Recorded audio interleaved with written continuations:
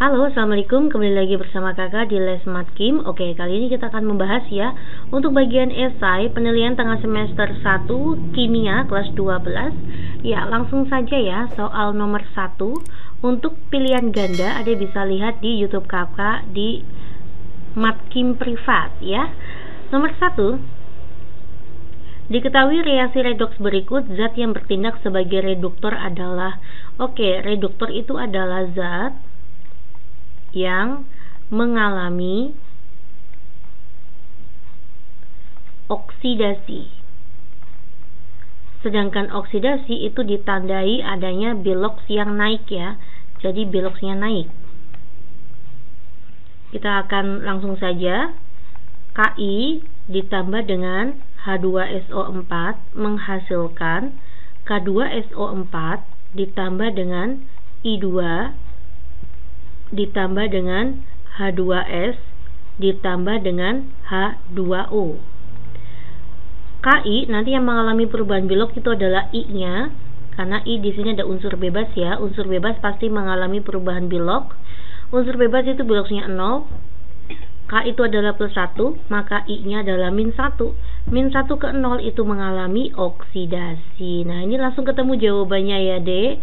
Karena Ki mengalami oksidasi, maka Ki disebut reduktor. Jadi reduktornya itu adalah kalium iodida.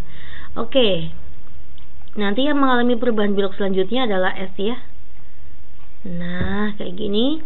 O itu adalah min 2 kalikan 4 itu min 8, H itu plus 2 nanti di sini, maka S-nya adalah plus 6. H itu plus 1 kalikan 2 itu plus 2, maka nanti S-nya adalah min 2. Plus 2 tambah berapa biar 0. 6 ke min 2 maka mengalami reduksi. Karena mengalami reduksi, maka H2SO4 sebagai oksidator.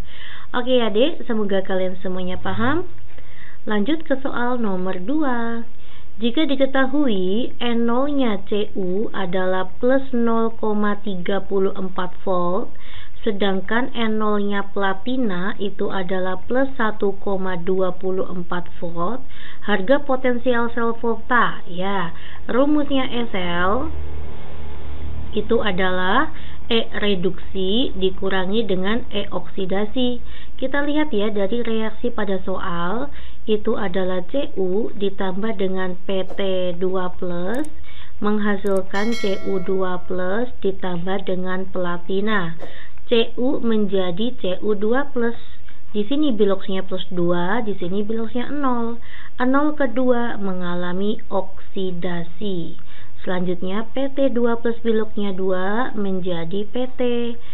Nah, ini 0 ya. 2 ke 0 mengalami reduksi.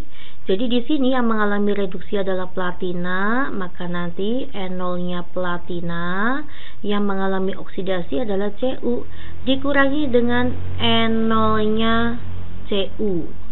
Maka nanti N0-nya PT itu adalah 1,24 dikurangi N0-nya Cu 0,34 gitu ya. 4 dikurangi 4 itu adalah 0, 2 diambil 3 itu adalah 9, maka jawabannya 0,9 volt. Pasti bisa. Nomor 3, suatu proses penyembuhan logam besi dengan tembaga menggunakan larutan tembaga 2 sulfat ya ini ya. Dan arus listriknya itu adalah 4 ampere.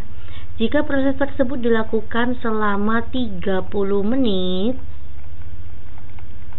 pertanyaannya, massa tembaga murni yang mengendap di katoda ditanya adalah massanya Cu. Apa rumusnya massa? Ini adalah hukum Faraday.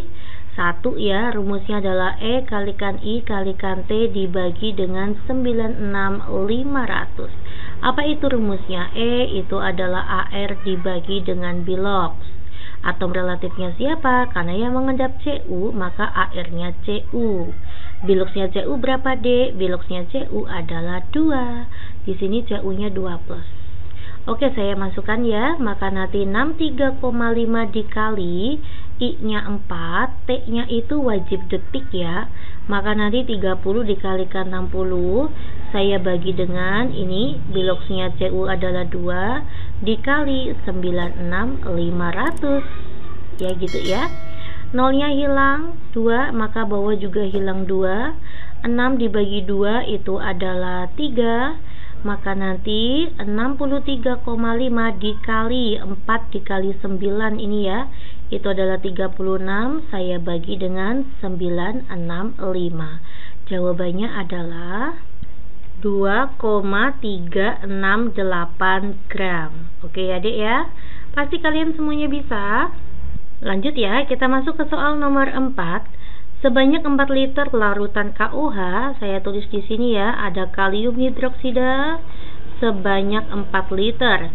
Dielektrolisis menggunakan kuat arusnya adalah 965 kolom. pH setelah elektrolisis, ditanya pH-nya ya. Maka kita harus tahu dulu reaksinya deh. Di sini KOH itu akan terion menjadi K+ dan OH-. Ternyata nanti yang masuk ke katode itu adalah kalium. Kalium itu adalah logam golongan 1A dan bentuknya larutan. Maka nanti reaksinya adalah 2H2O ditambah dengan 2E menghasilkan 2OH- dan H2. Sedangkan OH di sini nanti akan menghasilkan O2 ditambah dengan 2H2O ditambah dengan 4E, lalu di sini ada 4OH. Nah, kita lihat ya untuk sisi produk yang sisi kanan, maka pada elektrolisis tersebut itu dalam suasana basa karena melepas OH-.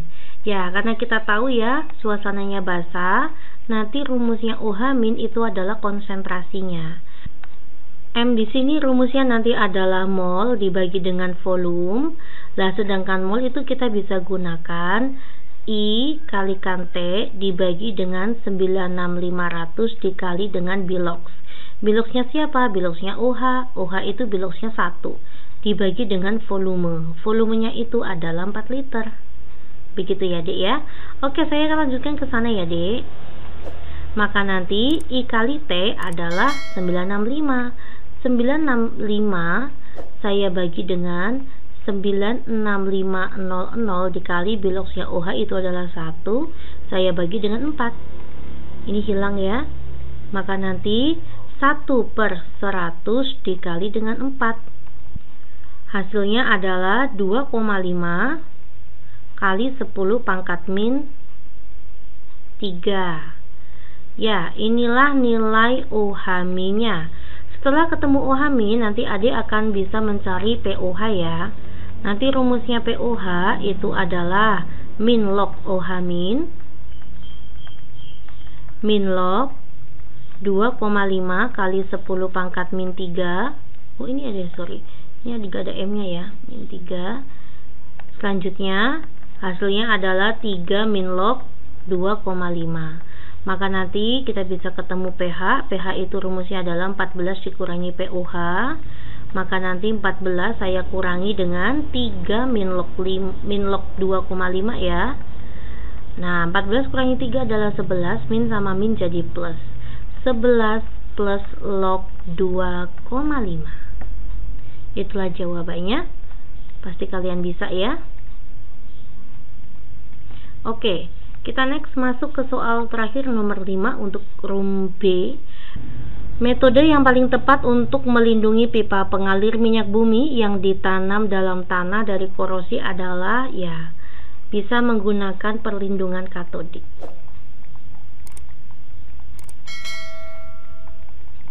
Ya, apa itu perlindungan katodik? Perlindungan katodik itu adalah proteksi terhadap karat ya dengan menjadikan logam pelapis ya. Nah, dengan menjadikan logam pelapis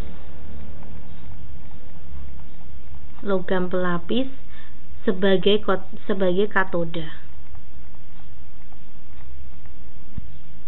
atau sebagai kutub positif ya pada sel volta.